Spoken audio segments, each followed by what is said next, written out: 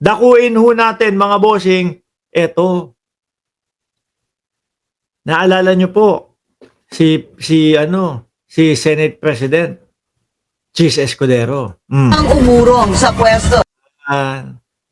Di ba malakas na malakas si Chis Escudero para sa pagiging Senate President ho, mga kababayan. Naku, meron agad-agad na meron agad na pang-back up yung ano ba yan, puting na yan? Dati Duterte 10, ngayon Duterte 7. Duterte 7 naman. Talagang pinipilit ho, mga kababayan, no, lalagyan ng numero.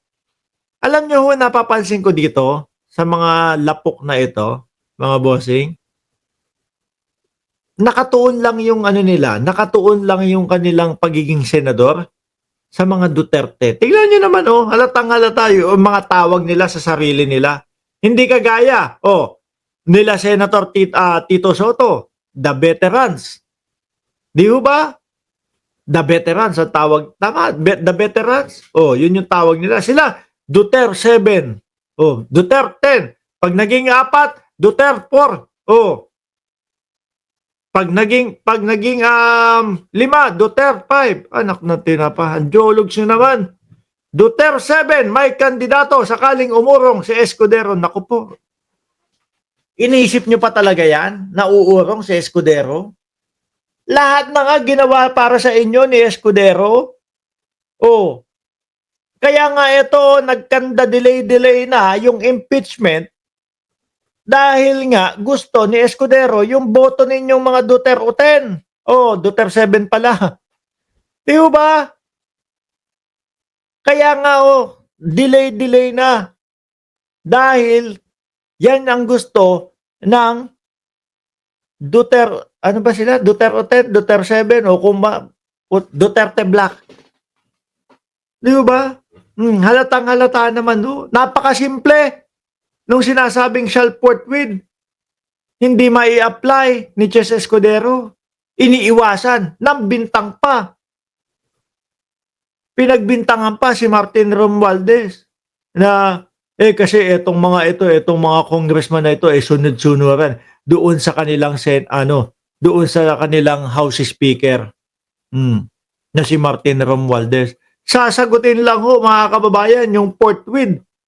Iibahin pa yung usapan. Kasi malulugmok daw ho siya kapag sinagot niya yun. Pakinggan natin to, balitan to. Mainit ang usapin sa Senate presidency sa pagbubukas ng bawat kongreso.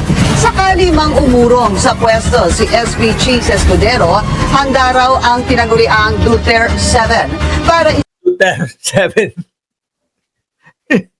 Anak ng tinapa. Huwag kayo mag-alala. Si Chis Escudero, basang-basa natin, mga bossing. Ayaw niyan mawala sa pagiging Senate President. Kapit to kuya sa pagiging Senate President. Kahit na masalaula pa yung konstitusyon ng Pilipinas, ang importante, mananatili siya bilang Senate President ng Pilipinas. Sabi ni Neng Gigi, August 4 daw, sabi, ang first day ng impeachment trial, sana matuloy na. Naku po. Sino yung nag-isa-isa na sila, di ba? Mga senador. Bato, dismiss. Si Boy Dila, nandoon na din. May mga kumbaga sa nakikita ho natin, may kanya-kanyang mga partisipasyon May kanya-kanyang mga toka sumunod si Alan Peter Cayetano, si Boy Raymond naman, aka Boy 10K. Tingin ko ho dito, mga kababayan, yang binigay, balikan nyo ako dito sa ating channel kapag tumugma ito. Tingin ko ho, mga kababayan, pagka dumating yung Agosto 4 na yan, may nakahanda na sila dyan. No? May nakahanda na yung mga yan kung sino doon sa isang mga senador. Ang magsasabi, iba naman ang dahilan nila, iba naman ang excuse nila. Baka si Marcoleta, si Boy 2K, na hanggang ngayon wala pa din yung libreng kuryente. Hindi na pinag-uusapan, Ayaw na itapik. Meron na pong yan, mga kababayan. Meron na pong mga paghahanda yan. Kung paano nila maiuusog ulit sa susunod na panahon. Tingnan natin. Balikan nyo ako dito. Kung talagang matutuloy yan ng A4. Pero yun ang nakikita ko. Kapag kayoon, mga bossing, wala na. Luto na talaga yan. Baka natatakot talaga yung mga senador kay Sara Duterte. Baka nga naman nakasalang, ano. Sige, subukan mo akong husgahan. Alam ko ang ginawa mo doon sa budget mo. Alam ko yung binulsa mong budget. Alam ko yung ninakaw mong budget. Kilala kita, kilala ko yung mga kasapakat mo. Baka maganon daw sila. Diba? Sabi ni Ma'am Neng Gigi ulit, naku, kapag ka-delay na naman yan, dapat mag-people power na, isama na rin, iaalis sila Cheese. Sulong ang kanilang kandidato. Nagbabalik si Hannah T. Posibleng isang Duterte ally ang maging bagong Senate leader. Sabi ni Senator Bato de la Rosa, sakaling ayaw na ni SP Cheese Escudero sa liderato, ready sila to present an alternative. Sino naman? Si Marcoleta naman. Senate President Marcoleta naman ang ilalagay. Kasi parang ang gusto nila, lawyer, attorney. O, si Marcoleta. Si Amy, lawyer ba si Amy? Hindi naman. No? Si Bato! Si Bato! Si Bato! Batorni. Oh, yun. Senate President Ronald Bato de la Rosa, a.k.a. Batorni. O, diba? Si Mark Villar ang ilalagay dyan. Uy, tahimik yun. Hindi pwedeng tahimik. Hindi pwedeng tahimik sa sa pagiging Senate President. Oh, hindi ko nga alam. Akala ko nga, hindi na senador yan eh. Nasobrahan sa pagiging tahimik. Bumagsak yung isang tulay na proyekto nila. Tahimik pa din ho, mga bossing. Kung when you say contingency, ang next namin na plano dyan, within ourselves, Duterte 7, kung halimbawa, ayaw ni Cheese na maging Senate President, then Pero hindi ho ako naniniwala na aayaw si Cheese Escudero sa pagiging Senate President. Hindi. Yan yung dahilan niya kung bakit pinapaboran niya yung Duterte Black para makuha ho yung boto ng Duterte Black. 10 na agad yan. Ilan ba sila? Kung di ako nagkakamali, 17, 18.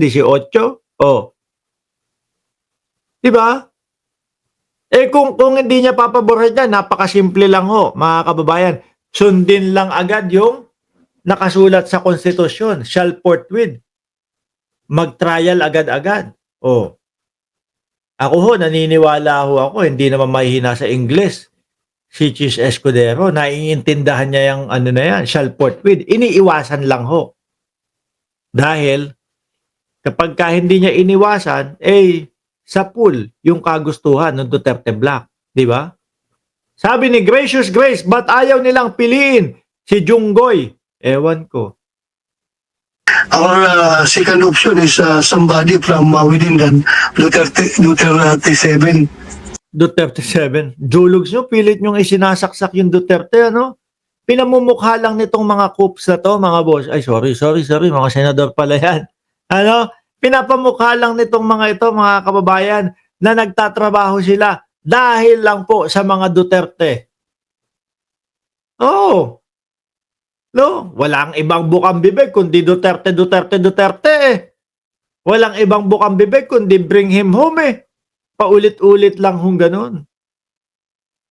Di po ba? Ang aming ipupus. In principle, suportado ngayon ng Duterte Bloc ang leadership ni SP Cheese. Pero sa shortlist, Nakikinabang nakakakuha nasusunod yung gusto nila doon sa liderato ni Cheese Escudero. pwede maging SP sina Senadora Amy Marcos, Rodante Marcoleta, o kaya naman ang isa sa Villar siblings. Yun pala. Si Mark Villar, naku, tahimik yan. Tagal ng senador pala, hindi ko nga alam na senador pa pala. Akala ko, natanggal na sa pagiging, kumbaga tapos na ang termino sa pagiging senador Yung pala nakaupo pa sa sobrang tahimik ho, mga kababayan. Bumagsak na nga yung sinasabi natin na tulay. Tahimik pa din. Hindi pa din nagkomento.